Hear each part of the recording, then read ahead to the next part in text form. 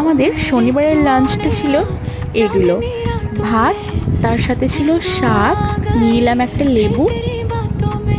এবার নিয়ে নিচ্ছি মুগ ডাল আর পেঁপে দিয়ে তৈরি করা ঘন্ট। এটা মা তৈরি করেছিল শনিবার, খুব টেস্টি হয়েছিল।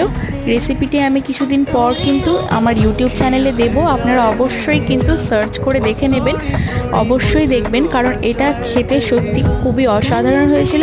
আর এটা হচ্ছে আমাদের রুই মাছ, একদম টাটকা দেশি রুই মাছ নিয়ে এসেছিল বাবা। তো এখানে দেখুন ক্যামেরাতে আর কি কালারটা একটু অন্যরকম আসছে, যেহেতু ফ্ল্যাশ লাইট জ্বালানো রয়েছে, ফ্ল্যাশ জ্বলছে আর কি, কিন্তু এটার কিন্তু কালারটা অনেকটা সুন্দর এসেছিল।